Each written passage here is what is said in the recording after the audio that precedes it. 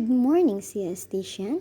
Our lesson for today is all about designing and analyzing learning tasks for a process and tasks for a product.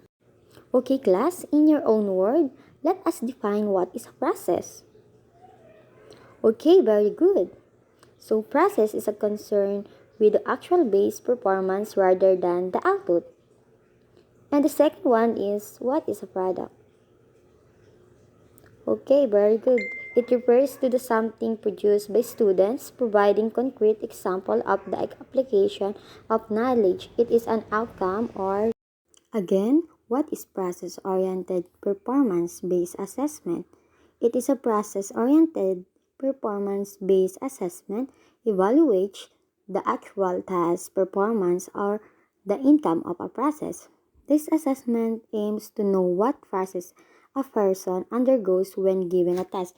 So like what I said, process is the input of the lesson. It focusing on the observing and evaluating students' ability to apply knowledge and skill in real-world situation. And the second one is what is product-oriented performance-based assessment? It is a product-oriented assessment. It's a kind of assessment wherein the assessor views the scores the final product made not on the actual performance of making that product. Product assessment focuses on evaluating the result or the outcome of the process. In product, it is valuable tools for evaluating students' learning. It is tangible creation that teachers demonstrates a student's understanding and application of a learned skill if the lesson are effectively and the given outcome are found.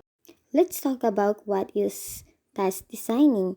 Please, Ms. Erlarco, read the meaning of task designing. Okay, very good. Task designing is a designing effective task for performance-based assessment, requires carefully planning, creativity, and deep understanding of the learning objectives. Here are some standards for designing and analyzing a task. First, identifying an activity that would highlight and competencies to be evaluated like reciting poem and writing an essay. Second, identifying an activity that would entail more or less than the same set of competencies. If an activity would have difficult assessing the student's competencies on the task. Third, finding a task would be interesting and enjoyable for the students. Here are the learning competencies of a process and the product. So in a process, the learning objectives is a process-oriented performance based are stated in direct observable behavior of the students. It involves evaluating the efficiency, the effectiveness, and the performance of a specific process. The most common evaluation tools is a rubric. In short, process is all about understanding how students learn and develop their skills. It is not about the product or the end of the product, but the journey they take to get. While the learning competencies of a product is the target task can also include the behaviors, expectation of the target complex task that students are expected to achieve. Product can include a wide range of students' work to do the target specific. So these competencies go beyond simply producing a finished item and reveal deeper insight into students' understanding and abilities. So here are the example activity in a process task. In a whiteboard activity, students solve problems on the board. Students discuss concept with a partner before sharing their ideas with a class.